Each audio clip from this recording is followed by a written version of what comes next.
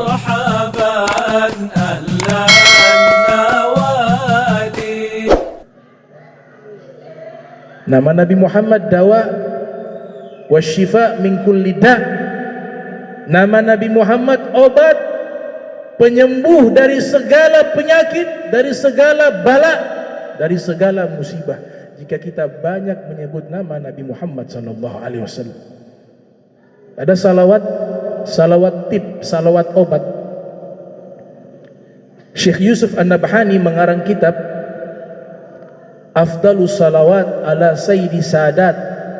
Nama kitabnya membahas tentang khasiat-khasiat salawat. Di antaranya salawat tip kulub, obat hati. Salawat ini jika rutin dibaca, maka seluruh penyakit yang ada di dalam diri kita, baik penyakit itu sifatnya medis atau non medis, itu akan diangkat oleh Allah Subhanahu wa taala. Allahumma salli wa sallim ala sayyidina Muhammad tibbil qulub wa dawaiha wa afiyat abdani wa shifaiha wa nuril absari wa diyaiha wa kuti ajsadi wa rawahi wa gidaiha. Ini salawat obat. Kenapa salawat khasiatnya bisa menjadi obat? Karena bibarkati zikri ismi sayyidina Muhammad, karena sebab menyebutkan nama Nabi Muhammad sallallahu alaihi wasallam. Jadi ini maulid ad-dibai. Ada juga maulid simtud durar yang disusun oleh al-imam al-arif billah al-habib Ali ibn Muhammad al-Habshi, atau maulid Barjanzi, syaraful anam, al-a'zab, day'ul lame', dan kitab-kitab maulid lainnya memiliki khasiat yang sama, diantaranya menolak bala dan musibah dan mengangkat penyakit. Akan tetapi khasiatnya ini bisa terwujud ketika kita menyebut nama Nabi, dalam hatinya kita harus yakin bahwa Nabi tahu, mengenal bagi orang yang mengucapkan salawat dan salam kepada beliau.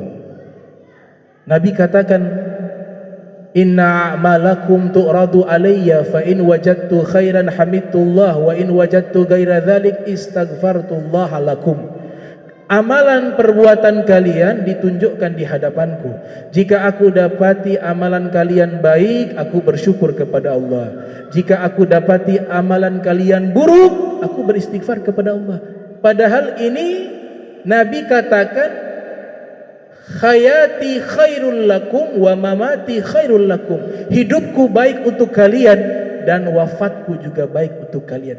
Jadi konteks hadis ini Nabi sedang menceritakan Nabi di alam kubur, Nabi di alam barzah. Amal perbuatan umatnya disodorkan oleh Allah. Nabi mengenal siapa saja yang melakukan amal-amal baik dan siapa saja yang melakukan amal-amal buruk. Jadi Nabi tidak pernah terpisah, tidak pernah berpisah dengan umatnya sampai saat ini. Wa'lamu anna fikum Rasulullah. Ketahuilah di tengah-tengah kalian ada Rasulullah. Ini firman di surat Al-Hujurat. Ketahuilah sesungguhnya di tengah-tengah kalian ada Rasulullah. Bagi orang yang punya ittisal, hubungan al-qawi yang kuat dengan Nabi Muhammad SAW, dia akan mendapati maqam, satu pangkat hidup bersama Nabi. Ya. Standar paling rendah, Nabi hidup dalam hatinya. Standar yang paling tinggi, Nabi hadir di hadapannya. Al-mahabbah, al-mar'u ma'aman ahab. Seseorang dikumpulkan dengan orang yang ia cinta. Man ahya sunnati faqad ahyani. Siapa yang menghidupkan sunnahku, sungguh dia telah menghidupkan aku. Nabi tidak mengatakan seakan-akan dia menghidupkan aku. Kalau seakan-akan itu perumpamaan, tapi Nabi katakan siapa yang hidupkan aku lewat sunnah-sunnahku, lewat rasa cintanya kepadaku, faqad ahyani, sungguh aku hidup di tengah-tengahnya. Wa man ahyani kana ma'i fil jannah, dan siapa yang menghidupkan aku, dia bersamaku di dalam surga. Ini perlu keyakinan bapak-bapak sekalian. Kalau keyakinan kita Nabi meninggal, dikubur di dalam tanah, kemudian dagingnya rusak jadi tulang belulang, sampai mati pun orang yang seperti ini pemikirannya tidak akan bisa tersambung hatinya dengan Nabi Muhammad. Imam ahli sunnah wal jamaah bernama Al-Imam Al-Baihaqi yang lahir tahun 384 Hijriah.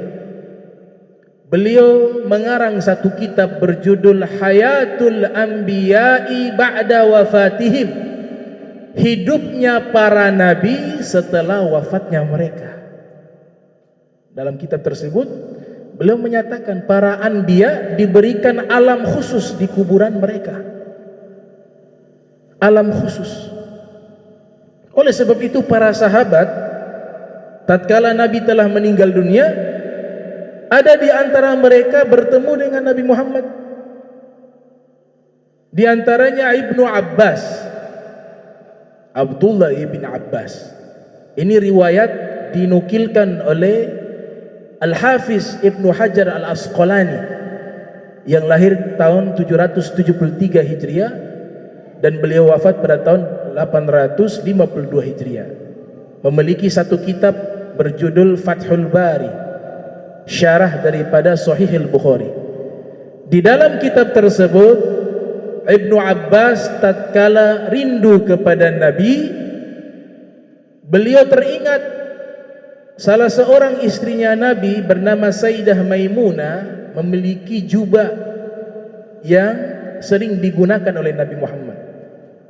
Tatkala Nabi telah wafat, ceritanya Ibnu Abbas datang ke rumahnya Sayyidah Maimunah, meminjam jubahnya Nabi untuk dikenakan karena sudah begitu rindu kepada Nabi Muhammad.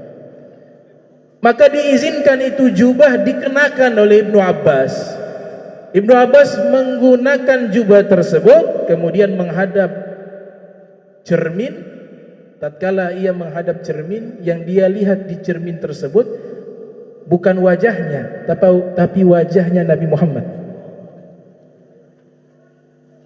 Nah, karena mereka punya al-ittisal, punya hubungan yang kuat, kecintaan kepada Nabi Muhammad sallallahu alaihi wasallam.